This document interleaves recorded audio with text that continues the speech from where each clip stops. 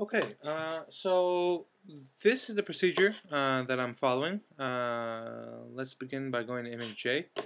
And basically, I'm going to email you all of these pictures. So right now, personally, I am on image 44, right? So if you, sorry, I'm on image 45. So I'm going to open the image and then threshold it. And again, with the thresholding, as with everything, it's kind of a matter of judgment. Once you, oh, by the way, this assumes that you have the right, micrometer scale over there. So once you open the image, you want to kind of slide around the threshold until like this crop isn't selected. So I guess like 130 right here. And the threshold that you find acceptable is going to be very variable based on the picture. So here I think that 130 is the best possible threshold, so I'll accept that. And then when you go to analyze particles, make sure that it's not 0 to infinity. Make sure it's 1 square micrometer to infinity. Otherwise, we'll pick up a lot of this crap. So this is our fail-safe setting. So you hit OK, and back here you'll notice a number of settings or a number of parameters show up that maybe you're not used to. So in order to make sure that you get the right parameters back here, go to Analyze on your particular program, set measurements, make sure you have selected area, area fraction, perimeter, and ferret's diameter. Okay, so that's what you see here. You have average size, area fraction, perimeter, ferret, and then this is ferret X, Y, ferret angle, and mini ferret. I think this is pretty important stuff, but Dr. Zmidi says no. So anyway, cut, don't copy. Cut this. And over here, make sure you note that in this case the threshold is 130. Then go over to your spreadsheet, and here I have 3 sheets. I'm going to email you this thing, so you won't have to set this up. Anyway, go here, paste. Now that's all set, and you'll notice that here this is the threshold column that I've inserted, and here this is ferret X, right? That's ferret X. And this is ferret X, Y, blah, blah, blah. You don't really need this information, so here I'm just going to put in the actual threshold.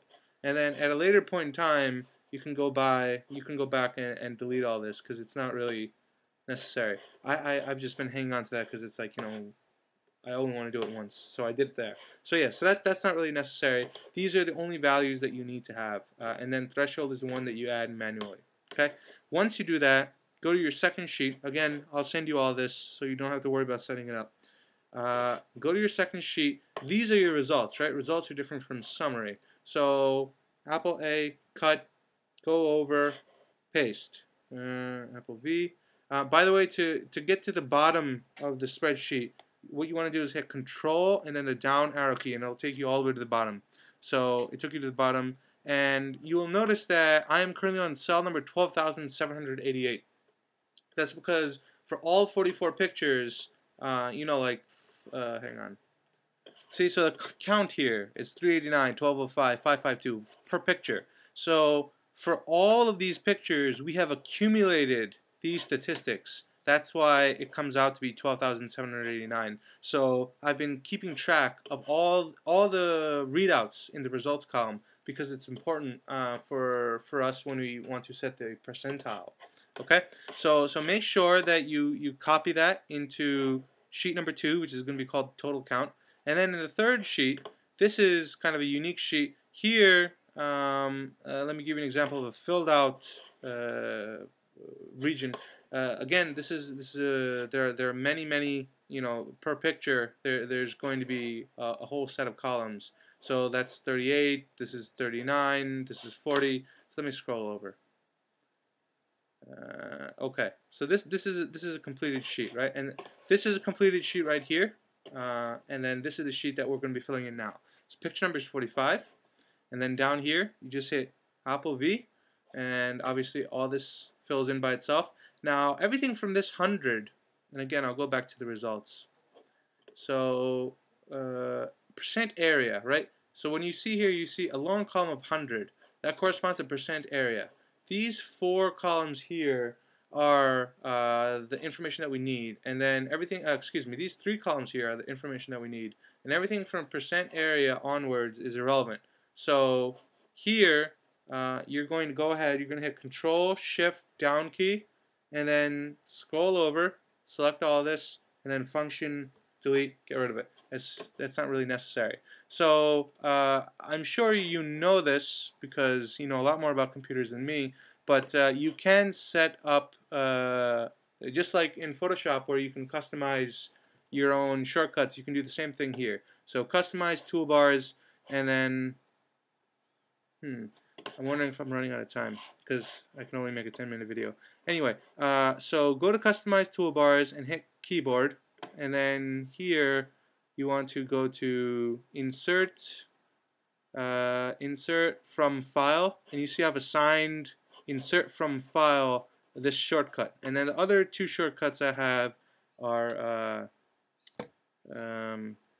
wow, I've forgotten. Oh, format and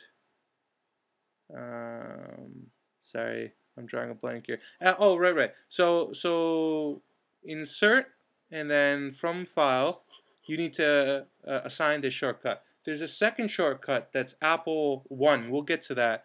But anyway, just you know, assign this shortcut, and it'll make sense in just 1 second. Okay.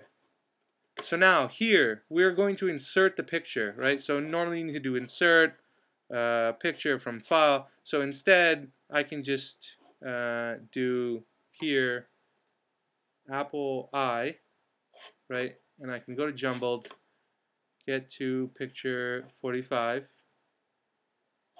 and there it is. It shows up. So it's obviously massive. So hit Apple and the number 1, Apple number 1, and then under height put in 3. Okay, that's more manageable. So you put that in this column, and then underneath it, you're going to put in the unaltered picture. So again, Apple I. So number 45 is there, and then I'll send you this folder also, double blind study folder. So this is the original unaltered picture, and we're also going to insert that here so that we can compare it quickly if we need to. Again, Apple 1. Change this to 3.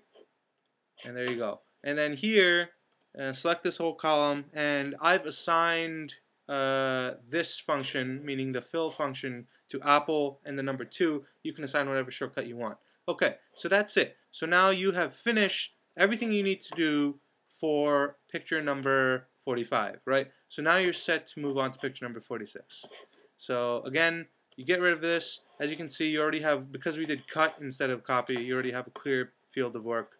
And again, Apple O, scroll down, 46, and repeat.